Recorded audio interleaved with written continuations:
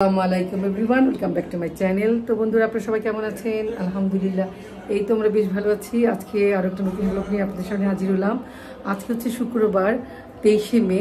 তো আমার ইচ্ছা ছিল সকাল থেকেই ভিডিওটা করার, তো সকাল থেকে অনেক কাজ করেছি, সে কারণে আর ভিডিওটা করতে পারিনি। তো এখন প্রায় 12:30টার উপর বাজে। আপনারা শুনতে পাচ্ছেন জুমার, আজকে জুমাবার যেহেতু 12:30টার মধ্যেই জোহরের আজান হয়ে যাচ্ছে। আর আজকে রান্না করবো আমি মাটন বিরিয়ানি। তো মাটন বিরিয়ানিটা কীভাবে রান্না করবো সেটা আপনাদের সাথে শেয়ার করব। আর সারাদিন যা যা করবো অবশ্যই আপনাদের সাথে শেয়ার করব। তো এখন একটু আপনাদের দেখাবো আমি মাটন বিরিয়ানিটা কীভাবে রান্না করব। 800 গ্রাম মাটন নিয়েছি, আর এখানে নিয়েছি আলু কিউব কিউব করে কাটবো। তো বিরিয়ানি না, জাস্ট এটা তেহারি রান্না করবো সরিষার তেল দিয়ে। তো এই হচ্ছে এগুলো সব এখন ভালো করে দিয়ে মাটনটা ম্যারিনেট করে রেখে দেবো প্রায় 20-25 মিনিট। তারপরে বাকি রান্নাগুলো আপনার সাথে আমি শেয়ার করছি। মাটনটা ম্যারিনেট করে নিয়েছি ঘরে থাকা মশলাগুলো দিয়ে। এখানে দিয়েছি মরিচের গুঁড়া, আদা রসুন বাটা, টক দই, আর দুটো টমেটোকে আমি 4 টুকরা করে 8 টুকরা করে দিয়ে দিয়েছি। একটু গোলমরিচের গুঁড়া দিয়েছি, ধনিয়া জিরার গুঁড়া দিয়েছি। এখন রাঁধুনির বিরিয়ানি মশলা আছে যেটা, সেটাও আমি দিয়ে দিব এখন। এই যে রাঁধুনি বিরিয়ানি মশলার পাউডারটা একটু দিয়ে দিব। তো এইভাবে আমি চটজলদি করে রান্না করব। আর এটা কিছুক্ষণ ম্যারিনেট করে রাখবো। রাখার পর আমি অন্যান্য রান্নাগুলো করবো এই ফাঁকে। তো এখানে আমি আলুটা তো কেটেই রেখেছি, আর এটা আমি বাইলা মাছ দিয়ে রান্না করব আলু দিয়ে। আর আজকে রান্না করব হচ্ছে গিয়ে মলাগুড়া মাছকে আলু দিয়ে রান্না করব। তো টুকটাক রান্নাবার আছে, এখন অনেকটা সময়ই পার হয়ে গেছে। তো যত তাড়াতাড়ি রান্না করতে পারবো তত তাড়াতাড়ি আমার জন্য ভালো। আমি একটু বিকেলবেলা একটু বের হব, সেই কারণে বিরিয়ানির জন্য পেঁয়াজ বেরেস্তা করবো, সেজন্য একটু পেঁয়াজ বেরেস্তা করে নিচ্ছি। তো কিছুটা আমি বিরিয়ানিতে দিব, কিছুটা আমি বিরিয়ানির মাংসের মধ্যে ব্যবহার করব।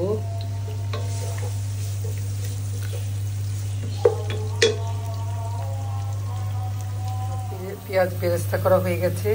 এখান থেকে কিছুটা আমি বিরিয়ানির জন্য উঠিয়ে রাখবো, কিছুটা মাংসের মধ্যে দিব। তো এই যে তেহারিতে দেওয়ার জন্য আলুগুলো ভেজে নিচ্ছি। তো তেহারি আলু ধুয়ে একটু ছোটো ছোটো করে কেটেছি। আর বিরিয়ানি রান্না করে একটু বড় করে দিতাম। তো আমি 3টা চুলা ইউজ করছি এখন, যত তাড়াতাড়ি রান্না করা যায়। আর এখানে আমি তেহারিটা দম দিয়ে দিয়েছি। এখানে যেহেতু মাটন সিদ্ধ হতে একটু সময় লাগবে, সেই কারণে আমি প্রেশার কুকারে দিয়ে দিয়েছি। তো হয়ে গেলে আমি একসাথে এটা মিক্সড করে তেহারিটা মিক্সড করে রেডি করে ফেলবো। ইন্ডাকশানে আমি একটু মাছগুলো ভেজে নিচ্ছি, বাইলা মাছগুলো, এটা দিয়ে একটু ঝোল রান্না করব। তো যখনই আমি বিরিয়ানি রান্না করি তখন আমার একটা গল্প মনে পড়ে। যখন আমি ক্লাস 9-এ পড়ি তখন আমরা বান্ধবীরা মিলে প্ল্যান করলাম একদিন বিরিয়ানি রান্না করব। তো যে কথা সেই কাজ, বিরিয়ানি রান্না করলাম ঠিকই, কিন্তু বিরিয়ানি এত বিশ্রী হয়েছিল। 5 কেজি চালের মধ্যে মাত্র 250 গ্রাম তেল দিয়ে বিরিয়ানি রান্না করেছিলাম। একটা জঘন্য বিরিয়ানি হয়েছিল, সেই কথা প্রায় সময় আমার মনে পড়ে। তো এই হচ্ছে আমার মাটন তেহারির ফাইনাল লুকটা। দেখতে পাচ্ছেন ঘরে সামান্য কিছু মশলা ছিল সেটা দিয়ে করেছি, আর তেমন কিছুই করতে হয়নি। এইভাবেই আমি রান্না করি সবসময় বাসায়, বাচ্চারা এটা খেয়ে খুব ভালো পায়। তো এই যে এখন মিক্সড করছি।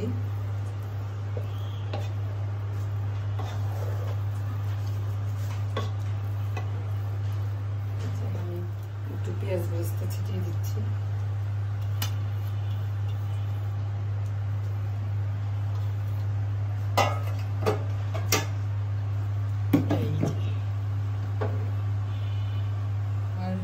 বাইলা মাছ আলু দিয়ে রান্না করেছি ঝোল।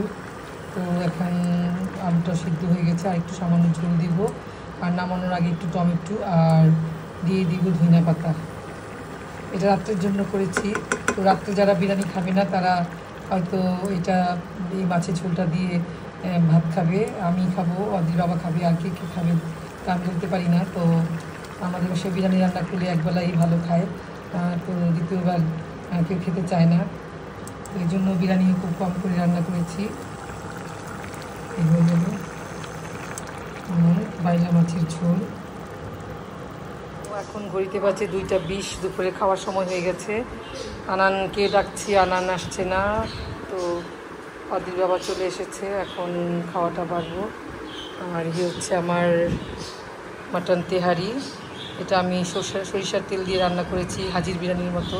চেষ্টা করেছি ঘরে রাখা উপকরণ দিয়ে রান্না করার জন্য। আর এখানে একটু টিকিয়া ছিল ঘরে আগে, সেটা ভেজে নিয়েছি। আর আজকে সালাদ তেমন কিছু একটা করিনি, তো কাঁচামরিচ আর পেঁয়াজ কেটে নিয়েছি। হ্যাঁ আনান, আনান আসো, অন্ততকে বাংলাদেশ যে কদিন আসো সেখানে সবার পরিবারের সাথে সময় দেওয়ার খাওয়ার চেষ্টা করো। তুমি তো আমাদের সাথে খাও না বাবা, এমন করো কেন, রাগ করে কথা বললে? সকাল থেকে এখনো কিচ্ছু খাওনি তুমি, বসো। তো আমার ছেলে দেখেন কি অবস্থা।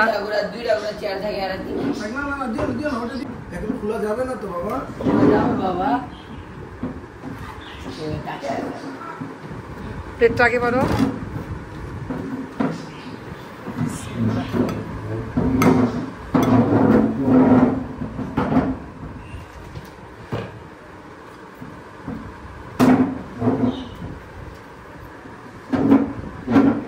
তো বাবার ছেলেকে আগে দিয়ে দিচ্ছি, আর অদ্রি এখন ঘর গুছানো নিয়ে খুব ব্যস্ত আছে।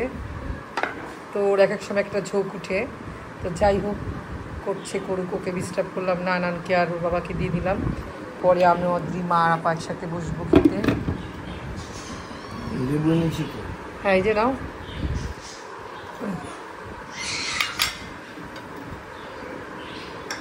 আনান নাও।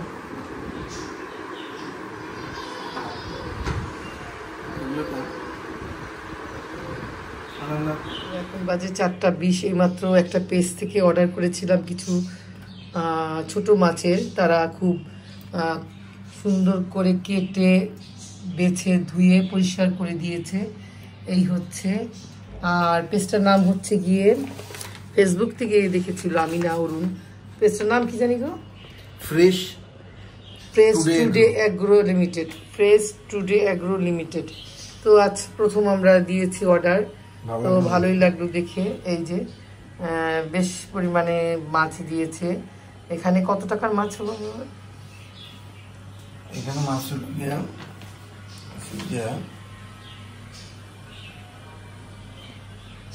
600 টাকা। 600 টাকার মাছ। তো 600 টাকার মাছ ডেলিভারি চার্জ সহকারে 680 টাকা। তো আমার মাছগুলো দেখে খুব ভালো লেগেছে, প্রথম টাইম নিয়েছি। তো খেয়ে যদি ভালো পাই তো আবার আমরা অর্ডার করব। তো আপনারা চাইলেও অর্ডার করতে পারেন, ফ্রেশ টুডে অ্যাগ্রো লিমিটেড। তো এই যে আমার কাছে খুব ভালো লাগলো। তো এই হচ্ছে আমাদের দুপুরের খাওয়া দাওয়া হয়ে গেছে, এক ফাঁকে একটু রেস্টও নিয়ে নিয়েছি। আর এইবার এখন আমরা একটু হালকা পাতলা চা খেয়ে তারপরে আমরা একটু বাইরে যাব। আমার যেখানে একটা জায়গা আছে রূপগঞ্জ, ওই জায়গাটা আজকে একটু দেখতে যাব। তো এখনও রেডি হয়নি, রেডি হব, রেডি হয়ে তারপরে আপনাদের সাথে আবার গল্প করব। আপনাদের একটু ফ্রিজিং করাটা দেখিয়ে দিচ্ছি। আমাদের মাছগুলো আমরা 3 ভাগে ভাগ করেছি, এভাবে ওয়ান টাইম বক্সে করে আমরা রেখেছি একটু পানি দিয়ে। তো এভাবে মাছগুলো পানিতে দিয়ে রাখলে রান্না করার সময় খুব ভালো থাকে, খাওয়ার সময় খুব টেস্টি লাগে। আগে আমি পদ্ধতিতে জানতাম না, তো অরুণ আমাকে শিখিয়েছে, বলেছে যে কোনো মাছ প্রিজার্ভ করার সময় ঠিক এভাবে কেটে কুটে ধুয়ে বেছে এরকম পানির মধ্যে রেখে দিলে মাছটা খুব ভালো থাকে। তো আপনারা ওই আশা করি এই পদ্ধতিটা অবলম্বন করবেন, এই জন্য আপনাদের সাথে শেয়ার করি। 5টা 5 মিনিট এইমাত্র আমরা বের হলাম, রূপগঞ্জ যাচ্ছি। সেখানে আমাদের একটা জায়গা আছে, সেটা দেখার জন্য অনেকদিন ধরে যাই না। তো মাসিও যাচ্ছে আমাদের সাথে, এই যে অদ্রি যাচ্ছে।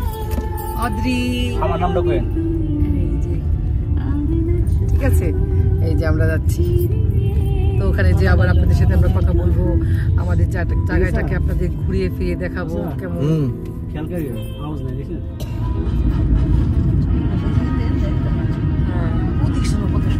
এদিক দিয়েও যাওয়া যায়।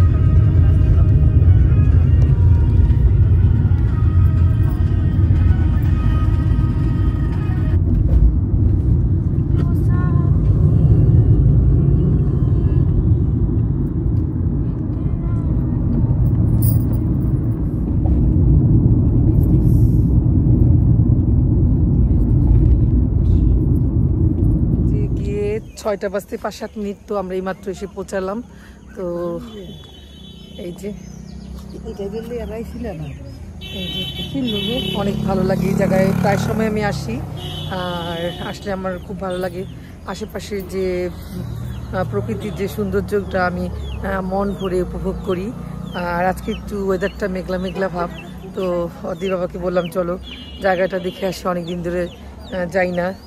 তো অরুণও বললো ঠিক আছে চলো যাই, সঙ্গে অদ্রিও আসলো, পাশে মাসিকে নিয়ে আসলাম যে চলেন আমাদের জায়গাটা আপনাদের দেখিয়ে নিয়ে আসি। তো ব্যাক ক্যামেরা একটু দেখাই, আপনাদেরও ভালো লাগবে। এই যে দুই পাশে একটু খালের মতো আছে, খালও না, জাস্ট পুকুরের মতো, ডোবার মতো। এই যে আমার মেয়ে অদ্রি আসছে, এই যে, আর সোজা একদম ভিতরে আমার জায়গাটা। আরেকবার আমি ব্লগে দেখিয়েছিলাম আমার জায়গাটা, তো আজকে আবার একটু যারা যারা দেখেনি তাদেরকে একটু দেখালাম।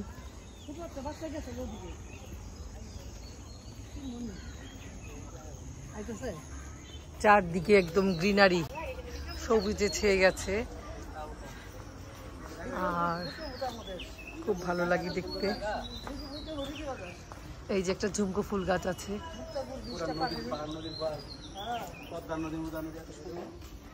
এই যে এই জায়গাটা হচ্ছে আমাদের সামনে। হ্যাঁ, আশেপাশের লোক চিনে তো। হ্যাঁ, আজিমে পাঠিয়েছে।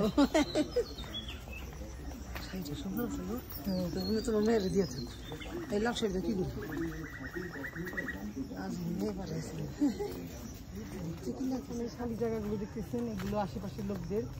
মা দেখি তো, হচ্ছে যে বাউন্ডারি যে করা, বাউন্ডারি করা। এগুলা কি? এই যে ঘাসের মতো যে, হ্যাঁ গরু খাওয়াই না খেয়ে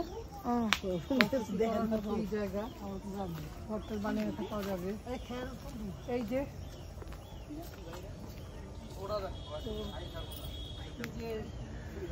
কেনা জায়গায় এসে মাটিতে পা রেখে মনটা জুড়িয়ে গেল। এখনো ঘর বাড়ি তুলি।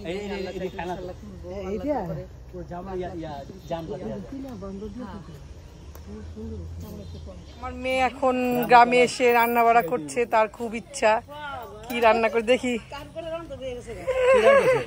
আপনি ছবি তুলেন না দিক থেকে, মাটির চুলারে যেন ফোকাস হয় এই জায়গাতে। মা সরো, এই জায়গা থেকে তুলেন ফোকাস। এই যে আমি উকিল, আমার হাজবেন্ড উকিল, মেয়েকে তাড়াতাড়ি বিয়ে দিব। আল্লাহ চাই তো ইনশাল্লাহ হবে না কেন, বিয়ে হবে। পড়াশোনা করুক, শেষ করুক, তারপরে। হ্যাঁ, ওই যে ওখানে আম খাবেন আপনি, পারে দিব। তো আমার মাসির খুব পছন্দ হয়েছে জায়গাটা, আমার এই জায়গাটা, তো সে পছন্দ করেছে। পিছল খাবেন, পিছল খাবেন মাসি, পিছল আছে কিন্তু আস্তে ই করেন। হ্যাঁ, এই যে একটা মাটির ঘর দেখতে পাচ্ছেন, এই বাংলার ঐতিহ্য হচ্ছে কি মাটির ঘর। আশেপাশে সব দালান ঘর উঠে গেছে, মাটির ঘরগুলো এখন ভেঙে ফেলে হচ্ছে। আর এক সময় এইটাই খুব প্রচলন ছিল, যার মাটির ঘর আছে তার অনেক মানে ই আছে, ফেলে দেন। হ্যাঁ, তো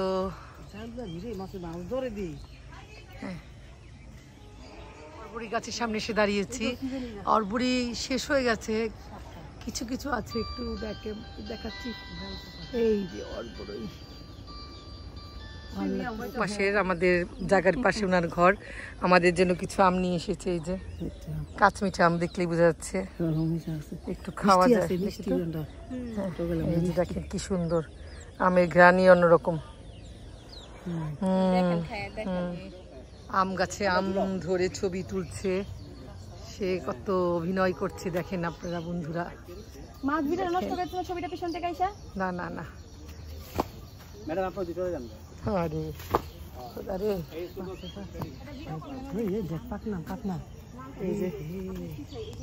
এই যে একটা পাকা আম, পুরো একদম পাকা। এখানেও মাটির ঘর আছে অনেক সুন্দর সুন্দর। তো আমরা এসেছি এখানে, অদ্রি এখানে এসে অনেক ছবি টবি তুলছে, ভালো লাগে যাচ্ছে। আর এখানে সব আন্টিদের বাড়িতেই আমরা এসেছি। পাগল করে তো এখন সন্ধ্যা প্রায় 7:15টার মতো বেজে গেছে, ঘোরাফেরা শেষ, এখন বাড়ি ফেরার পালা। তো বাড়ি ফেরার পালা। আপনাদের আবার একটু রিকোয়েস্ট করছি, আমার এই ভিডিওটি যদি আপনার কাছে ভালো লেগে থাকে তাহলে অবশ্যই আমার চ্যানেলটাকে like, share, comments and subscribe করতে ভুলবেন না। বাই বাই, আল্লাহ হাফিজ।